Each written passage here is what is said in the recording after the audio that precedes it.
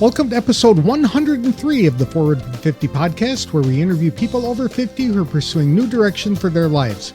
It's an opportunity for men and women to tell their stories, their way, and in their own words. I'm Greg Gerber, the founder of Forward from 50, and your host for today's show. Today's episode is part of something truly special, Podcasthon 2025. It is a worldwide movement uniting more than 1,500 podcasters to shine a light on charitable organizations which are truly changing lives. The heart behind the mission of Podcasthon is to share powerful stories and bring people closer to causes that need support. The Podcasthon interviews strive to connect people who want to make an impact with those folks who are already making a difference. In that spirit, today's episode is dedicated to OCJ Kids. It is an organization with a mission to support foster children across Arizona. Founded by Tammie Webb and her husband Gary, OCJ Kids began as a small outreach to help at-risk youth. Over the years, it has grown into a life-changing ministry, reaching thousands of children in group homes or foster care, as well as supporting young adults who age out of the system. For the past 20 plus years, Tammie has devoted her life to helping these vulnerable kids rediscover their worth and provide them with not just resources, but also relationships to help build their future. From supplying emergency kits for children removed from unsafe homes, to providing job training programs which set up teenagers for success, OCJ Kids ensures that every child knows they are seen, valued, and capable of enjoying a bright future. In this episode, Tammie shares her journey, the heartbreaking realities these kids face, and the incredible ways OCJ Kids is restoring dignity, hope, and opportunity to the next generation. Please welcome Tammie Webb, one of the co-founders of OCJ Kids, to the show. Thanks for joining me today, Tammie. I really appreciate the time. Tell us a little bit about OCJ Kids and how it came about. Awesome. Good morning. Thank you for allowing me to be on here. So my husband, Gary, and I were youth pastors and have been youth pastors, ended up about 23 years.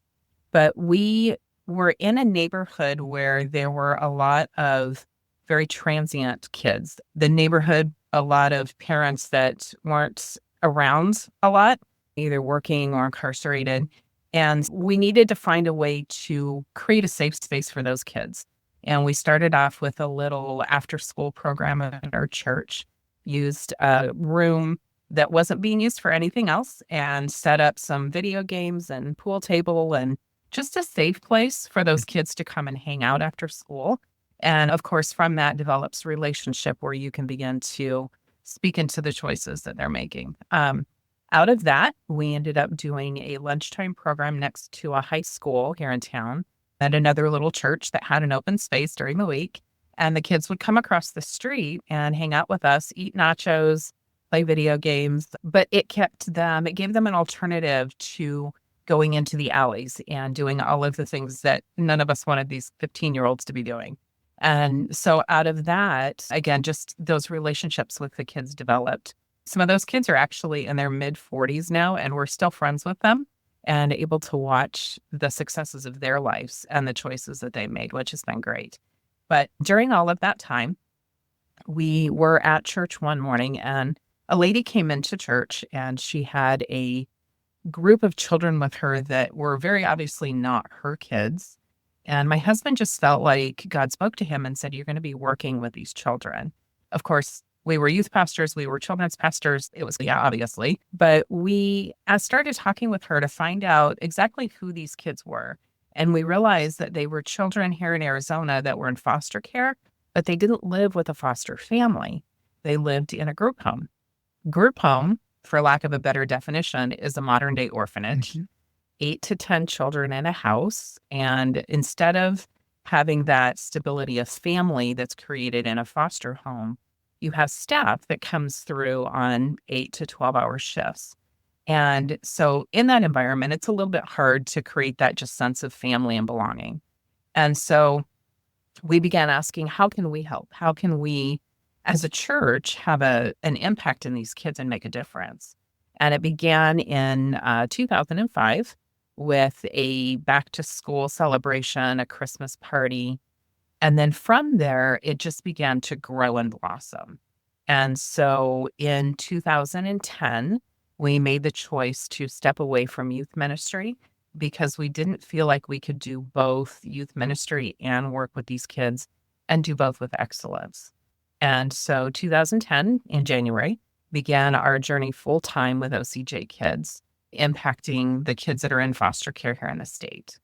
So since that time, we are now working with about 160 foster group homes. We work with 37 DCS field offices across the state of Arizona. And we've had the pleasure of training other people in other states to grab that vision and impact their own communities. So that's us in a nutshell. That's an incredible story. And you're reaching a group of children that are very vulnerable. They have already experiencing feelings of abandonment if they have lost their parents somehow, or if they were taken away from their parents. They can have anger in a variety of different ways. So I can't imagine the depth of emotion that these children are experiencing. And how do you deal with all of that? A lot of love. Statistically, every child in foster care has experienced some form of PTSD, whether it's the abandonment, it's the abuse, it's the separation.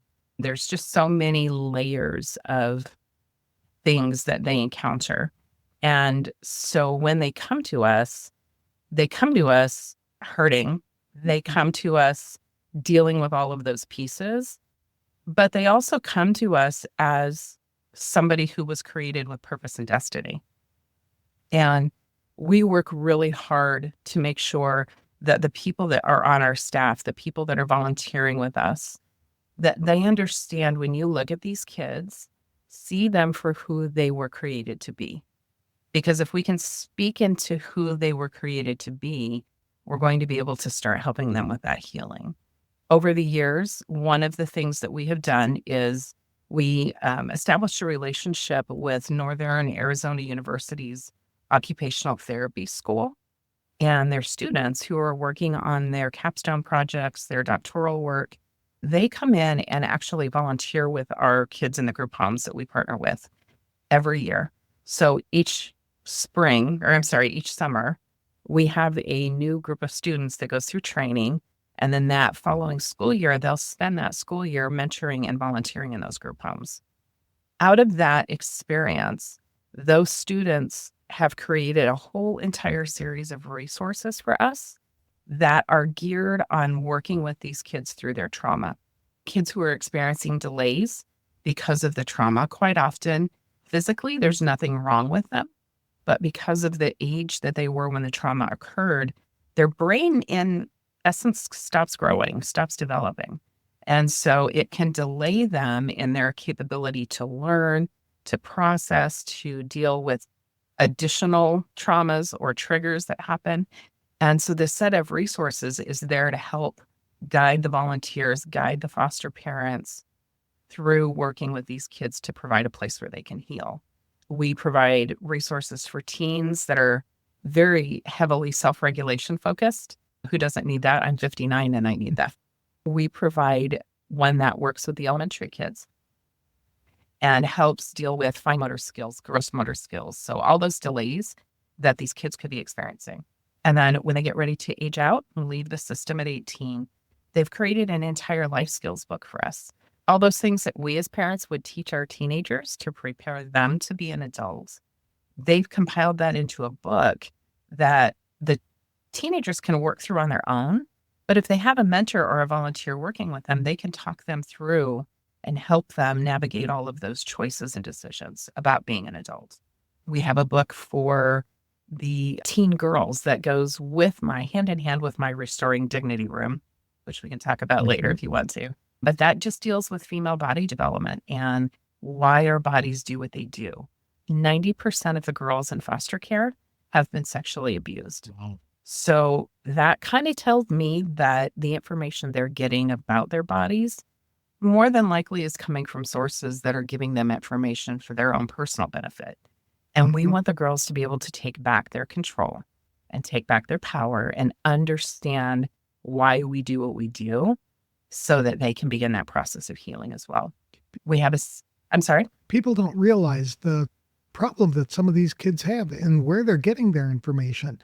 because if they're growing up without parents, they've got to be trained on natural bodily functions and their growing bodies by someone, some other, Correct. whether it's in school or somewhere on the internet or whatever. And the quality of that information, I suspect, is rather lacking. So it's good that you are able to provide that for these kids so that they understand how their bodies work and why. And I think Right. that, yeah. So you had mentioned the Restored Dignity Room, and I just love that about the OCJ uh, process and the things that you provide. Why don't you talk about that since we're on the subject? Sure. The Restoring Dignity Room is a place, excuse me, that was created out of necessity. We had girls who would be coming into our office with a caseworker, with a group home staff. And so many times we watched them walk in with a bra that was either too big, too small. Maybe they weren't wearing one. But as women, I'm like, oh, I know exactly how that feels when things don't fit, things aren't appropriate. You just don't feel good about yourself. Mhm. It affects how you feel physically, but it also affects how you feel psychologically. And when you couple that with those stats that tell you that 90% of these girls have been sexually abused, that just creates a firestorm for failure for them. Yeah. And they have been created for so much more. So we wanted to create a place where the girls could come in and begin to learn again how to take back their control. So we taught them how to, or we teach them how to size and fit themselves for a bra. We teach them a little bit about female body development and all of that. And then they get to pick two brand new bras from this huge set of collection of new bras that have been provided by our community. And then along with that, we give them the Restoring Dignity book. We give them a journal to help begin that process of just healing. We provide them with personal feminine hygiene products, just things to wrap some dignity around who they are as a woman. And when they come in, we partner quite often, we'll partner with another business or another community group. And it's not just come in and learn how to size and get a bra, but we make an event out of it. And at one point, we brought in Cemex, a huge cement company here in the Southwest. And they had a whole panel of women who work for Cemex that came in and did like a panel interview with the girls and shared with them about who they were and their stories and their background and how they got where they got. In one of those particular cases, there was a woman who worked for the company that had come out of prison, was given an opportunity to start at the bottom and actually built herself up to the point that she was one of their cement truck drivers. But even more ridiculous, not ridiculous, but more just intriguing about the whole thing was that while she was in jail, her kids were in foster care and her kids were in the group homes that we serve. So they participated in our projects and she already knew who we were because of what her kids had shared. Since then, she's got her kids back. She's doing great. She's thriving. But being able to share with those girls, you can go through all of this stuff and still become who you're supposed to be. Right. That is so valuable. And so we want that community partnering with us for the Dignity Room. Excuse me, the really cool thing is that we found out in January that we received some funding, and I'm going to actually be able this year to take this Restoring Dignity Room that's here on site and turn it into a mobile program.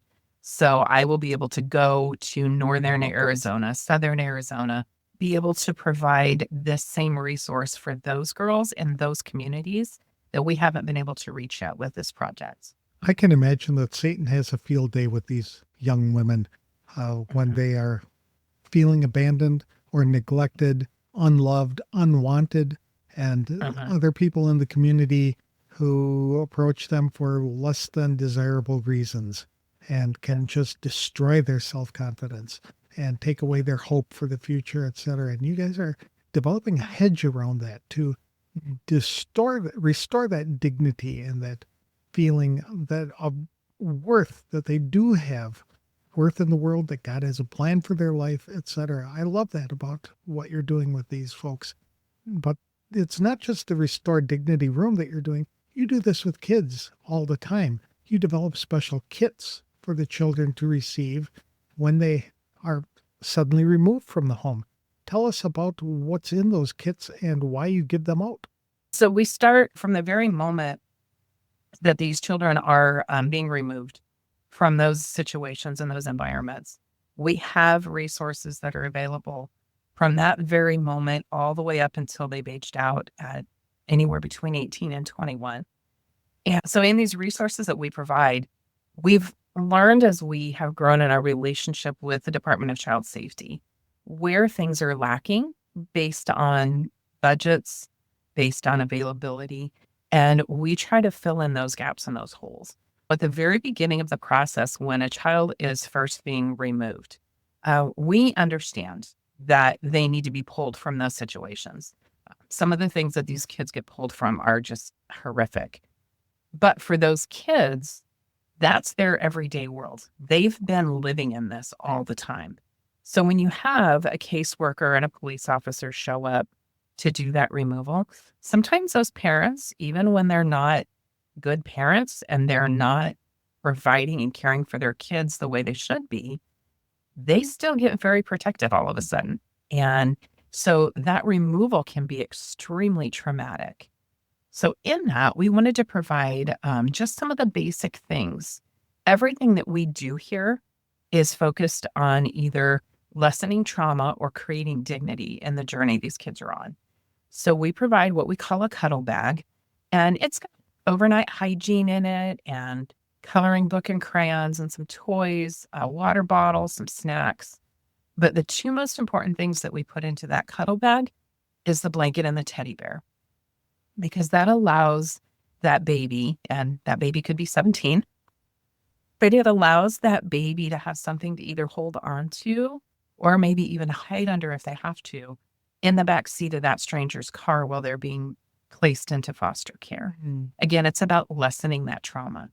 Sometimes the situations that they get pulled from can be just horrific as far as if you watch, I'm a Hoarders binger. So if you watch things like Hoarders or those really bad drug houses that you hear about on the news, when those kids get removed from those situations, oftentimes they don't have adequate clothing. And if they do have clothing, it's torn or it's covered in filth or drug residue or whatever.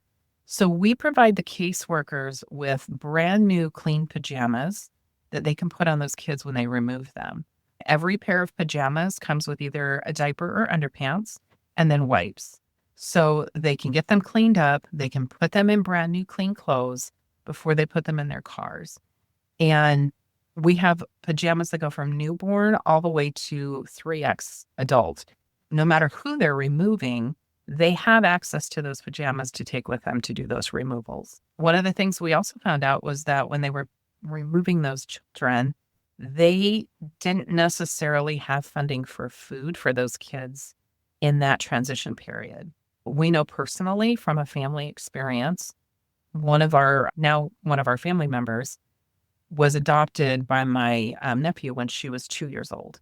And when they found her, she was sitting in the kitchen eating out of a bag of flour because mom was off on a drug binge and that was the only thing in the house. So when they pick up kids in those kinds of situations, the caseworkers were using their own money to feed those babies. So what we found out was we could create this kit. We call that the Go Kit, the pajamas. And then with each one of those pair of pajamas, or each kit of them, I should say, either goes a $250 Visa card or $250 in fast food gift cards so that they can feed those kids when they pick them up. Depending on where they are in the state, the Department of Child Safety office gets to decide, do I get a Visa card? Do we get fast food cards? Because each office is different. Some of them have room to go to a store and stock up on a bunch of non-perishable food and feed the kids when they get them back. Others, it's easier for them to swing into a fast food restaurant and just grab something for that baby while they're transporting them. So that's the Go Kit that we provide, and we distribute those to DCS offices all across the state. Then once the kids get to the DCS office or get to the group home, We also provide them with a hygiene kit. We call it a welcome kit.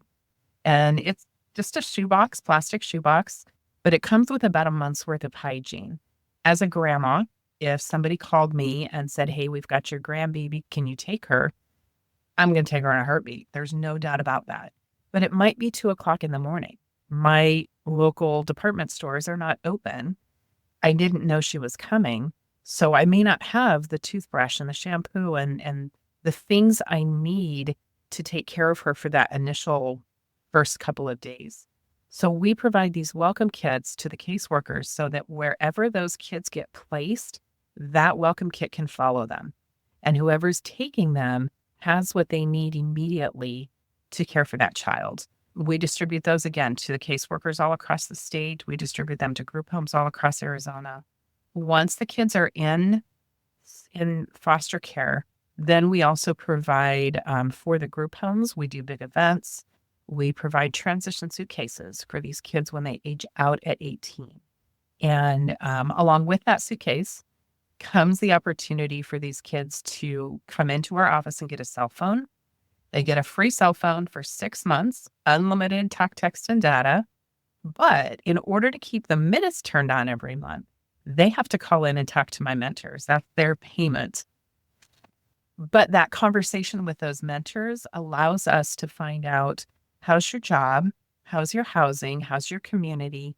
And if there's issues that they're experiencing, we can help plug in resources to help them navigate that first initial adjustment to being an independent living. That is so important, I would imagine, especially for children who've been involved in the foster care system most of their lives, to automatically be aged out of the system and thrown into the deep end of life without any kind of transition or help or mentors to help answer their questions or point them in the right direction or keep them on the path. I can imagine that is just a tragedy waiting to happen without that kind of thing. It is. And statistically, they were saying about 60% of the kids who age out of foster care will end up either homeless or in jail within a year. And the state has recently changed their aging out process. And the kids have a 3-step process they can go through now, starting at 18 up to 21. And they can choose which of those phases they want to be in. But those are helping them to slowly transition into being independent. They go from completely supported financially with supervision to a little bit less supervision and a little more responsibility financially to here's the funds. You figure this out and navigate this on your own for a while. We're still watching things before they're finally done. But at any time during that phase, they choose to leave, we're still here for support. And we're still here to make sure that they navigate through some of those hiccups that they can run into. And the other thing that you're doing that is not throwing them into the deep end is you're helping them find jobs by preparing them, helping them work on a resume, teaching them how to fill out an application, even preparing them for job interviews. I love that. Yeah. One of our big events that we do, it's called our Adulting Summit. And it's actually coming up the first weekend of April, and we desperately need volunteers if anybody wants to help. But we're focusing really heavily on the trades industries because a lot of these kids, because of their trauma, because of moving around a lot in and out of foster care, going to a university is just not a setting that a lot of them will thrive in. So if we can get them into a trade, get them certified and trained before they leave high school, then when they age out at 18, they're ready immediately to step into the workforce and begin to take control of their life and their world. And so our Adulting Summit is an introduction into prepping them for this apprentice to permanency training that we do. And so at this event in April, the kids are going to come in. They are going to get to speak to several different vendors and businesses that are trades related, just to open up their eyes to what's available to them out there. Sometimes because of trauma, you see what's right in front of you because you're just surviving. Mm-hmm. If we can help expand that view and let them see that there are so many things they could do, It's going to help open up the opportunity for them to grow. So when they come in, they get to meet those vendors. Then once they've talked with their vendors and maybe chosen, oh, this sounds like a really great field. I think I would love to be a welder. Then let's go in and help you develop a resume that kind of directs you in that direction. Let's do some mock interviews with you and help you learn how to make eye contact, how to shake hands, how to complete your sentences when you're being asked a question. All of those things that are going to give them a leg up in an interview for a job. We bring in a panel of professionals and do panel discussions with them. We also, when they finish the Adulting Summit this year, they are going to have an opportunity we have a specific link that's going to be available for them. And they're going to be able to, over the course of several weeks, do a series of financial training videos that they can watch. They were created specifically for these kids. Every video is between 3 and 5 minutes, but each one deals with a different topic focused on finance and baking and planning for your financial future. We're even working on a series for those kids who are interested in starting their own business, because that was a very common conversation last year during the Adulting Summit. So we have those things that are going to be available to them as well. And all of that is geared on helping them prepare for what's ahead and not be completely lost in, I'm an adult, oh, how do I handle life? That is one of the things that's available to them. Now, once they've gone through the Adulting Summit, we're also introducing them to what we call Apprentice to Permanency. And that is the program that they can join and get into that will allow them to experience a 16-week certification training course in one of the trades industries. And once they've completed that course, they will have opportunity to intern for those businesses with, again, the plan when they finish high school, they step right into work with these companies. And we've got some amazing companies and trades unions that are partnering with us to make this available to these youth so that they can succeed. That is neat. So they get a head start basically on adulting and being self-sufficient, but gradually, because most of us have parents that we can fall on. My kids, at some point, each one of them returned home for a little bit. That is not an option for the kids who are in foster care. So you're helping them prepare that and get off on that good start so that they won't have to look for a safety net that might be unsafe. That's neat. Exactly. And helping them understand the potential that's there. And again, it goes back to that, when I look at you, I see who you were created to be. I don't see what your trauma is making you into or trying to make you into. I'm going to look at who you are, and we're going to help you grow into that. It sounds like this is more than just a job for you. It has become a mission, not only for you and your husband, but for your entire family. It is. Our son actually works for us. He's been with us for 9 years. Siobhan, who oversees my communications with my group homes, she's been with us for 22 years. And she was with us clear back in the day of doing the after-school programs before we started working with the foster youth. But everybody who's here, everybody who's in my office, they're here because they have a heart for these kids. We've been very fortunate that the people who come to work for us, they come and they stay because they see the potential in these kids. And this is not a job. This is a mission. This is a part of fulfilling and impacting who they are as a human and helping to impact the lives of those kids that are around us. And we cry the tears. I've got staff that have gotten involved with one of these youth who's really struggling, and they will go out of their way to make sure that this child has what they need to get through that navigation of that journey and that hump that they're experiencing. Sometimes that means going to court and fighting on their behalf. Sometimes it means making a trip on a Saturday to pick up what's left of their personal belongings when they've lost their housing and make sure that it gets to a safe location. There's so many things that we as individuals can do for these kids to just wrap around them. We just want to be community. We want to create that sense that they realize they're not fighting this alone. And there are people that are for them, and there are people that believe in them no matter what they're experiencing. And sometimes that journey's hard.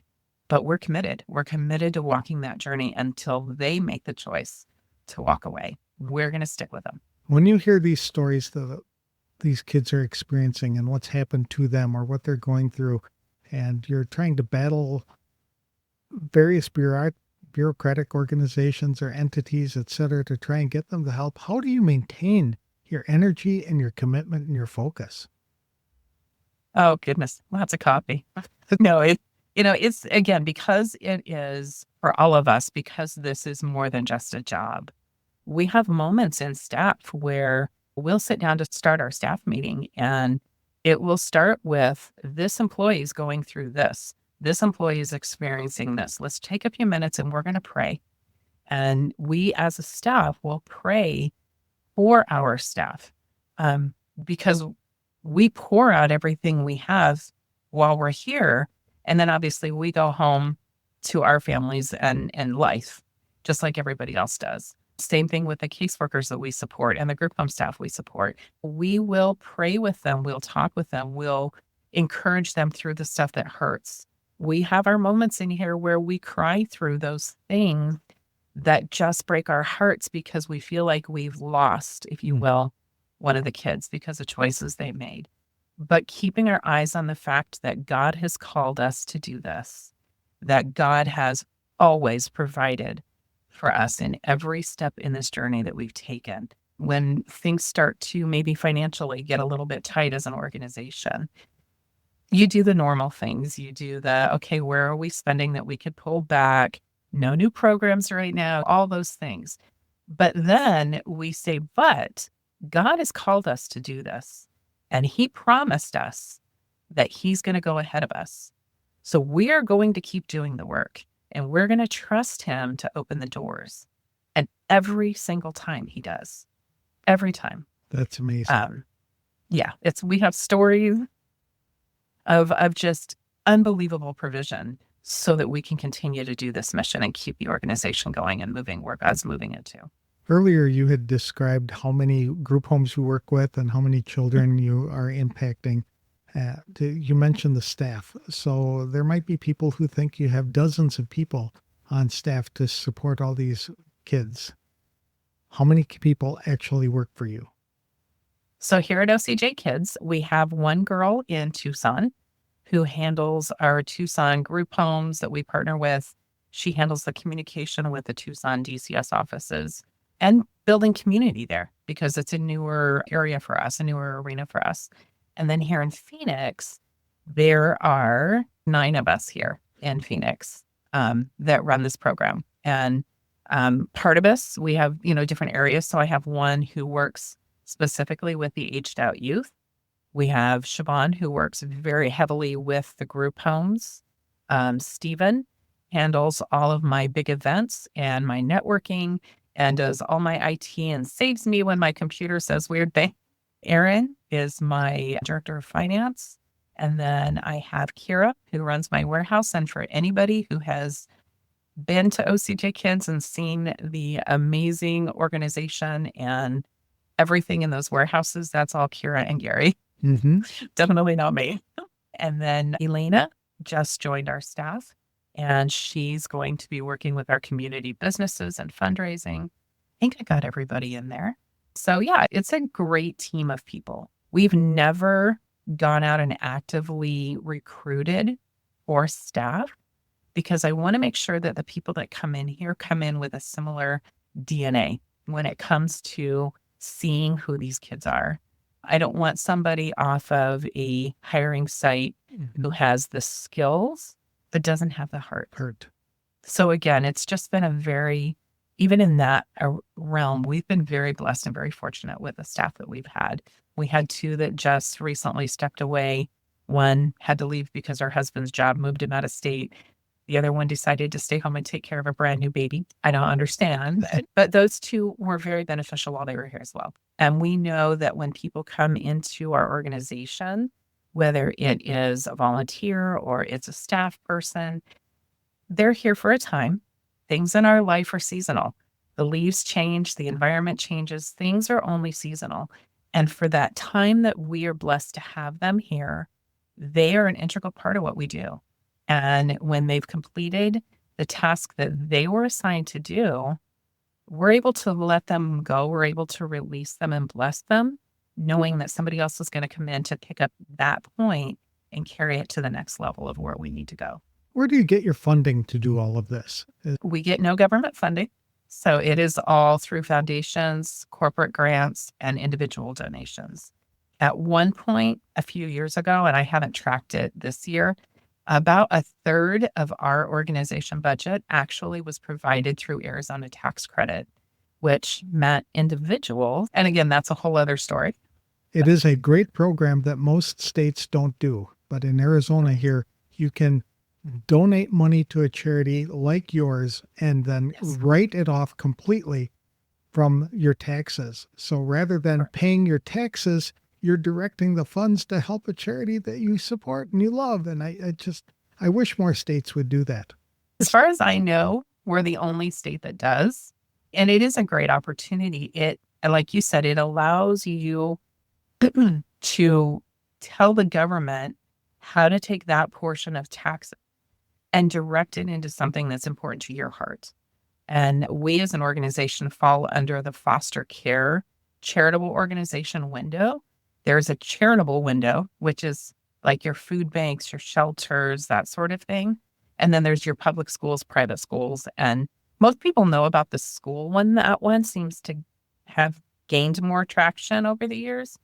But as an individual, how cool is it to tell the government how to spend their money? And not only how to spend it, but to spend it where it values you, where your values are, where your heart is. Mm-hmm. I choose to impact the lives of kids in foster care, knowing they're a part of my community. They are going to one of these days grow up and be the decision makers in our community.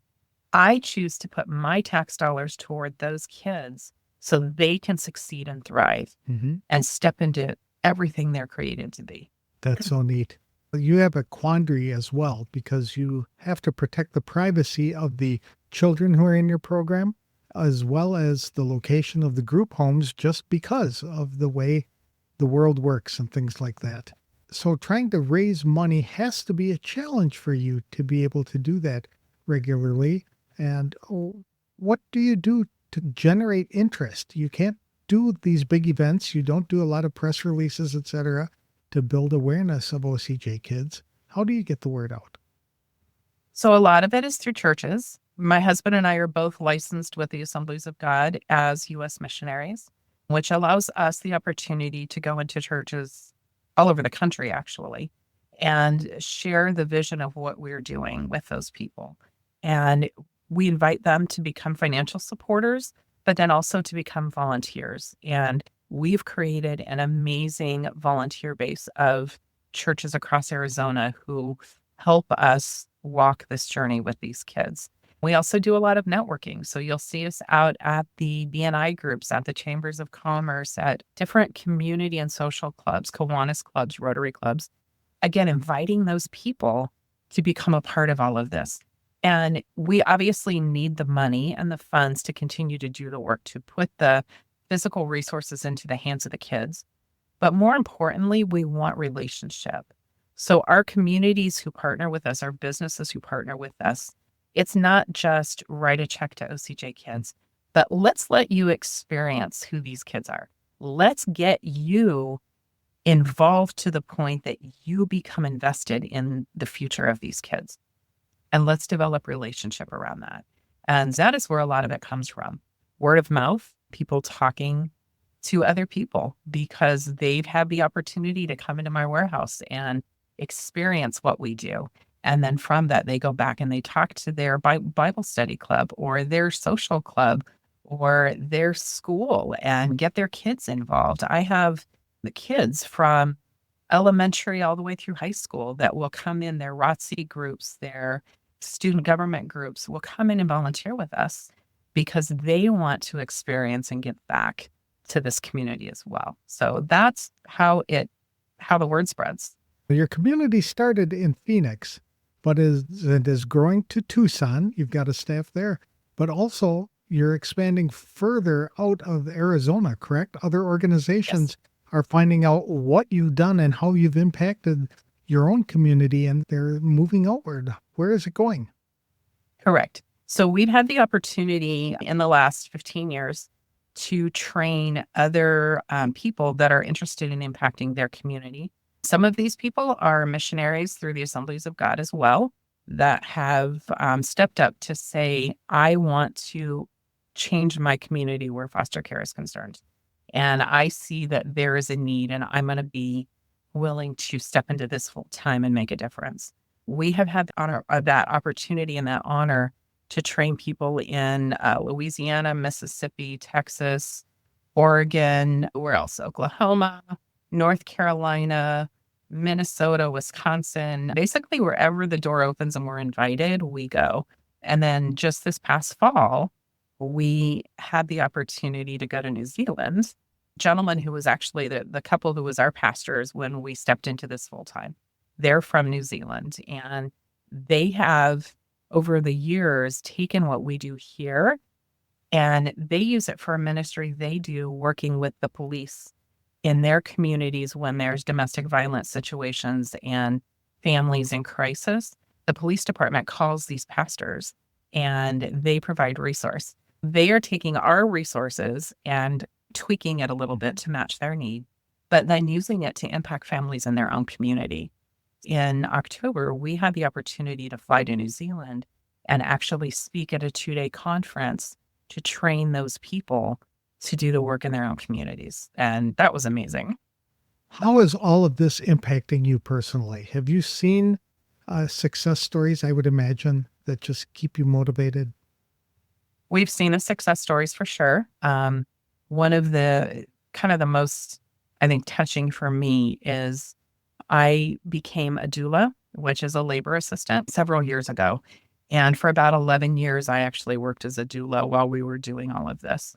And my focus was on those teen girls that are in the group homes who are pregnant. And so I had the opportunity to work with these girls throughout their pregnancy, assist them through labor and delivery, and then stay connected with them as they were navigating, how do I parent this child? We parent out of what we know. Right. We parent out of what we learned. And so when these girls come out of those abusive situations and now they have their own brand new baby and they're a teenager and they're in foster care, that's a lot. That's a lot. It's a lot for all of us who were prepared to have babies, let alone that situation. So we get to work and journey with those girls. And some of those girls that I worked with 15 years ago, I'm still friends with them on Facebook, and I've had an amazing opportunity to watch these girls break those generations of abuse and say, it stops with me. And their children are healthy and they're happy and they're thriving. And these moms have gone on to not only get jobs and raise their families, but they've gone to college. And it's just amazing to see them grab a hold of the future and be able to stop all of that pain and all of that trauma for their kids and their next generations that are going to follow them. So those moments are so worth it. On the other side of it, we've had people and kids who, no matter how many things you do, no matter how much you try, they still have a choice. Mm-hmm. And we've seen them go way off the other side. And those hurt, they're heartbreaking. We're never giving up on them. We're always here. Mm-hmm. We've got kids that will go for 6 years and not talk to us. And all of a sudden there's a phone call. And my staff jumps immediately. Oh, catch me up. Where are you at? What are you doing? How can we help you? Because we know at some point, and this is one of the biggest things about what we do. I tell my volunteers when they come in here and I take them through and I show them the pictures and I show them the resources. But I always want to emphasize to them that I know that there's going to come a point in the lives of every one of these kids where God begins to heal all this pain and all this trauma. But along that way, along that journey, there has to be those moments where somebody gave that child a toothbrush, somebody hugged them, somebody said, you can do this for one more day. My volunteers, my donors are those moments. Mhm. And when God begins to heal those kids, all those moments are those pieces that keeps them going as that healing happens. So we never give up on these kids. We are never going to give up on them.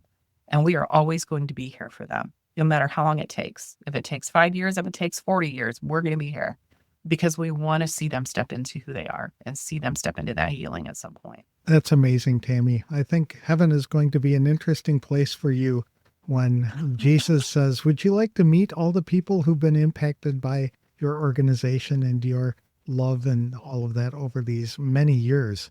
Do you ever see yourself retiring? Oh, in one form, yes. Okay, cool. I think we're always going to be a part. I think even at the point where we officially retire and step out of leading the organization and turn that over to somebody else who, again, like I said before, everything is seasonal. When we hit that place where God says it's time for the next person to come in and carry it to that next level, we'll still be involved.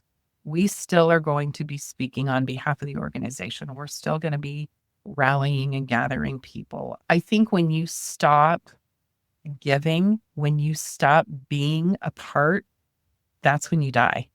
I've seen it happen, and I don't ever want to stop.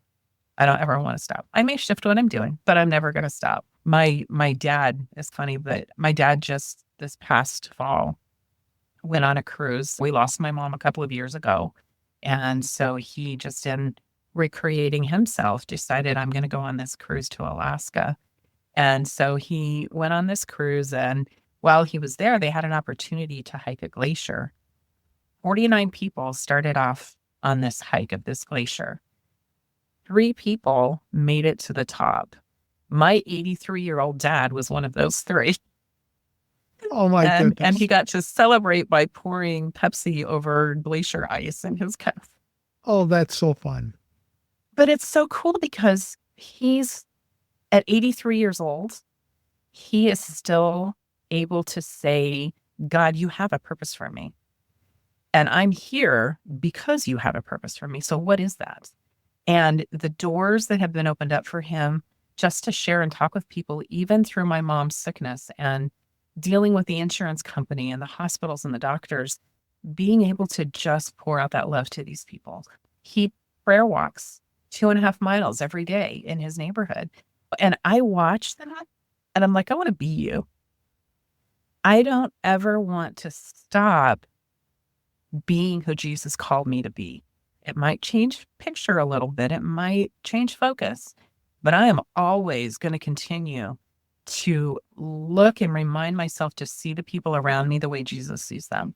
Because if I see that, that's where the compassion and the love and the grace and the mercy come from. And I don't ever want that to stop.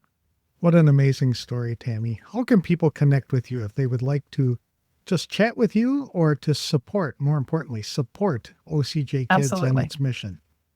So our website is really simple. It's ocjkids.org. Our phone number is 602-439-2171.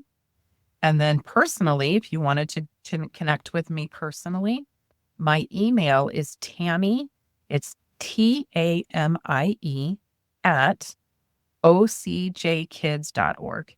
And we would love to have you come partner. If you are part of a home study group, you're part of a school group, you're part of a teenager who's in school and needs community service hours, come and partner with us. Come volunteer. Come get your world rocked. Because it's eye-opening what's out there and the opportunity you have to make a difference. Absolutely. Are you active on Facebook or any other social media? Yes, we are. Well? So Facebook? yeah, OCJ Kids on Facebook as well. Yep. Super. And you're more than welcome to find us. And we're on Instagram. Gary and I are both on LinkedIn. So yeah, we're all over the social media. You can find us there as well. And your donations accepted all the time.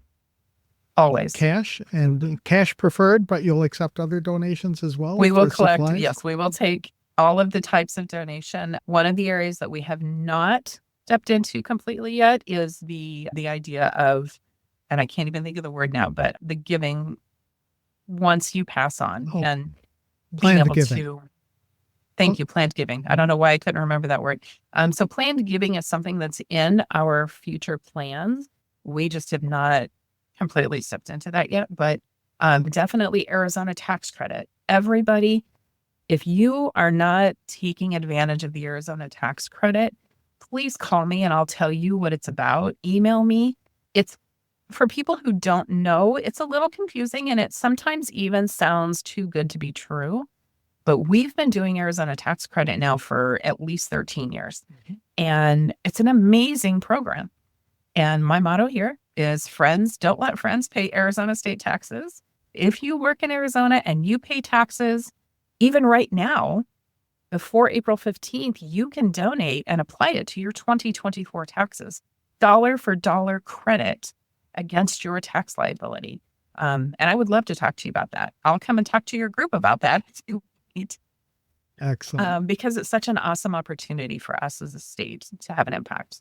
Thank you again for sharing your story. You're doing God's work here in the Phoenix area, and I know that it's attracting the attention of other organizations in other states as well. So when you talk about going to the next level, somewhere you're going to go from where you are right now to beyond, and it'll be fun to watch how that happens. We're ready. Let's do it. As you can tell from Tammie Webb's passion about OCJ Kids, it is far more than a charitable organization.